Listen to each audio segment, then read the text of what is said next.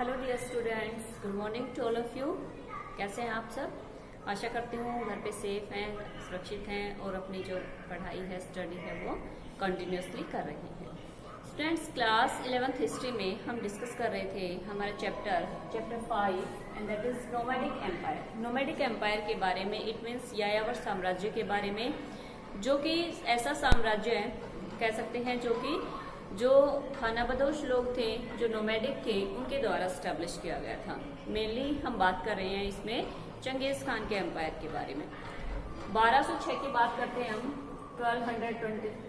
1206 की। तो Genghis Khan से पहले जो मंगोलिया एम्पायर था वहां पर स्टैब्लिश था, जो नैमन डायनेस्टी थी, यानी कि नैमन वंश के जो लोग थे वो शासन कर रहे थे। फिर उसके बाद धीरे धीरे कह सकते हैं कि चंगेज खान ने अपनी पावर को जब बढ़ाया और अपने आप को वापस स्टैब्लिश करना शुरू किया, तो कह सकते हैं जो कबीलों के सरदार थे उनकी जो परिषद होती थी, उनकी जो काउंसिल होती थी, उसको बोला जाता था कुरितलाई। कुरितलाई में क्या था कि जो कुरितलाई थी उन्होंने चंगेज खान को अपने लीडर के रूप में एक्सेप्ट कर लिया था। और उसके बाद धीरे धीरे इसका जो इम्पोर्टेंट कह सकते हैं कि रोल प्ले करते थे कुरितलाई, किसी भी प्रोविंस का जो कामकाज होता था, शासन होता था, उसको देखने के लिए। तो इस चैप्टर में आज हम डिस्कस करने वाले हैं इम्पोर्टेंट जो क्वेश्चंस हैं इस चैप्टर के, एमसीक्यूज हैं, उनके बारे में। First, Mongols were linked with in the east. अब मंगोल लोगों की हम एम्पायर की बात करें, इनके साम्राज्य की जब हम बात करते हैं, तो ईस्ट में जो इनका साम्राज्य था वो कहाँ से कहाँ तक फैला हुआ था? वो था ततार्स, मांचूस और खेतान तक, यानी कि ये सारे एरियाज थे जहां तक नोमैडिक जो एम्पायर था वो ईस्ट वाले पार्ट में फैला हुआ था। अब उसके बाद बात आती है चंगेज खान के जन्म की, कि चंगेज खान जो था उसका जो जन्म हुआ था, चंगेज खान को टाइटल किसका मिला हुआ था? ग्रेट खान का। और ग्रेट खान का टाइटल इसको किस वजह से मिला हुआ था?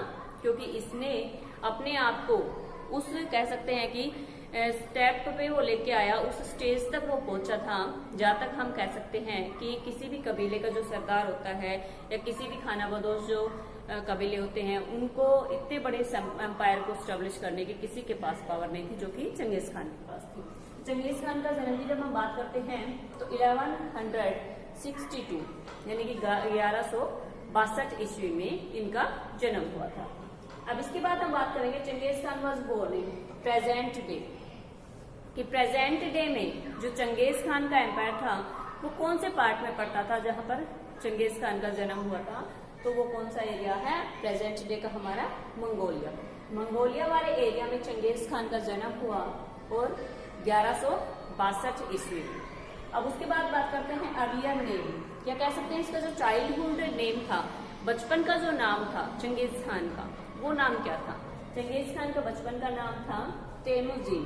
तेमुजिन के बाद जब धीरे धीरे इसने अपने आप को स्टैब्लिश करना शुरू किया, बड़ी बड़ी विजय प्राप्त की, इधर से कह सकते हैं कि चाइना की तरफ अटैक करके उनके बड़े बड़े एरियाज को अपने कैप्चर में किया, उसके बाद से इनको टाइटल मिल गया था ग्रेट खान का। चंगेज खान इसके नाम से जाना जाने लगा था। तो बचपन का नाम क्या था चंगेज खान का? तेमुजिन। और इनका जो बर्थ प्लेस है वो कौन सा है? प्रेजेंट डे का मंगोलिया। और इनका जन्म कब हुआ था? 1162 ईस्वी में। अब बात करते हैं कि जो मोंकी थे और वाज द चंगेज खान, जो मोंकी को माना जाता है या कह सकते हैं कि जो मोंकी था वो इसका ग्रैंडसन था चंगेज खान का। और कहते हैं कि जो मोंकी था इसने भी चंगेज खान की तरह ही अपना जो एरियाज थे, अपना जो एम्पायर था, उसको बहुत ज्यादा उसका विस्तार करने की कोशिश की थी।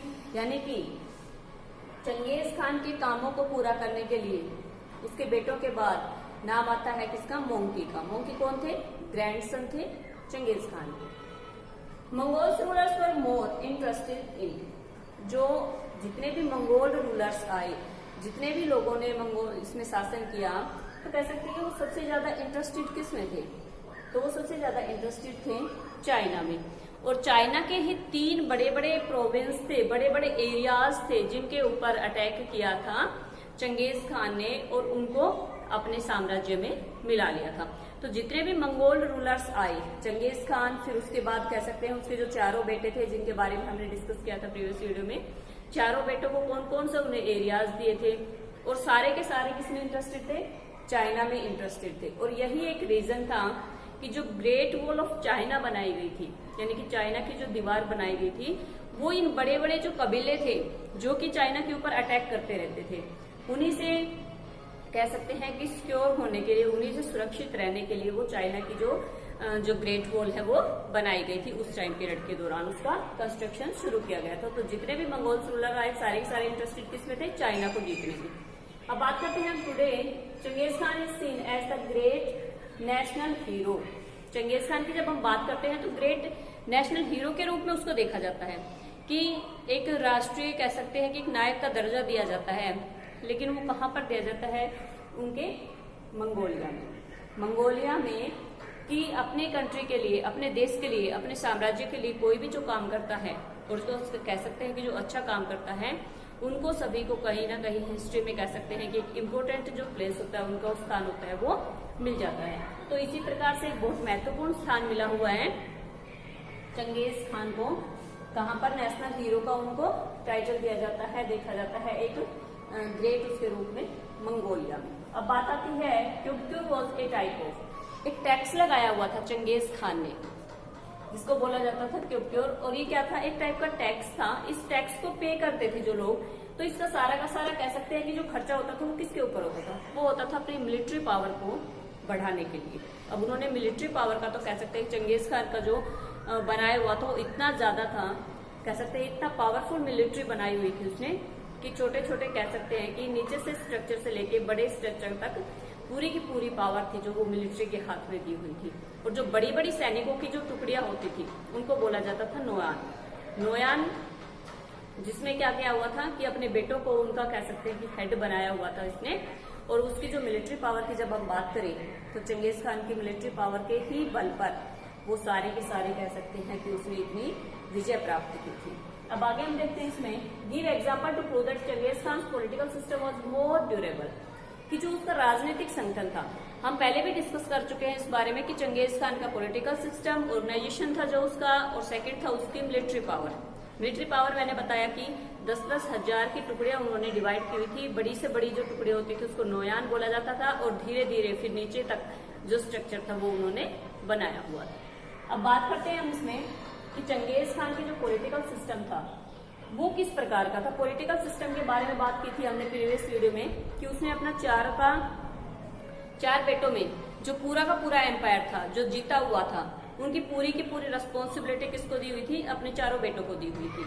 साथ में हमने बात की थी कि जो उसके 4 बेटे थे उसमें अलग अलग एरियाज उन्होंने डिवाइड कर दिए और उनके ऊपर वो रूल कर रहे थे।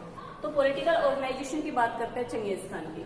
Genghis Khan political system survive even after his death. अब देखो चंगेज खान जब तक था तब तक तो कह सकते हैं कि उसका जो पॉलिटिकल सिस्टम था बहुत अच्छे से चल रहा था, क्योंकि खुद भी सारा का सारा जो एम्पायर था वो मेंटेन कर रखा था चंगेज खान ने। उसके जो बेटे थे उनमें डिवाइड किया हुआ था, अलग अलग उनको एरियाज दिए गए थे। तो उसकी डेथ के बाद बात करते हैं कि उसका जो पॉलिटिकल सिस्टम था वो थोड़ा सा कमजोर होता चला गया, यानी कि कह सकते हैं कि जो पॉलिटिकल सिस्टम था वो लगभग धीरे धीरे कम होता चला गया उसका। Genghis Khan's political system was stable enough to counter big armies with better equipments in China, Iran and Eastern Europe. अब चंगेज खान का जो पॉलिटिकल सिस्टम की बात करते हैं तो स्टेबल था, एनफ टू काउंटर, लेकिन इतना ज्यादा तो एनफ था, यानी कि उनके बाद की अगर बात करें उस टाइम पीरियड के दौरान की हम बात करें तो इतना एनफ था कि उसकी जो बड़ी बड़ी आर्मीज थी, बड़ी बड़ी जो सेनाएं उसने स्टेब्लिश की हुई थी, वो क्या कर सकती थी? big armies with better equipments in China, Iran and Eastern Europe, कि उनका वो सामना कर सके, चाहे उनके ऊपर कहीं से भी अटैक हो रहा है या वो किसी भी दूसरी कंट्री के ऊपर अटैक कर रहे हैं, चाहे वो चाइना है, चाहे वो ईरान है या फिर ईस्टर्न जो यूरोप है उसमें आने वाले जो कंट्रीज हैं उनके बारे में।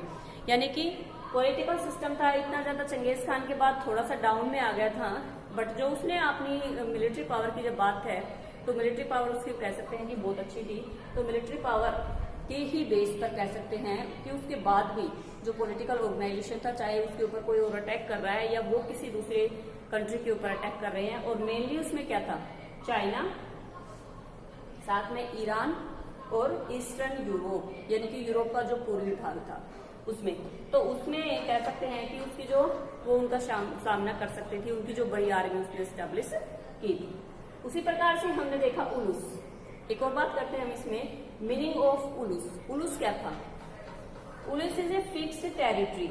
ये क्या था कि एक टेरिटरी था जो फिक्स कर दिया गया था।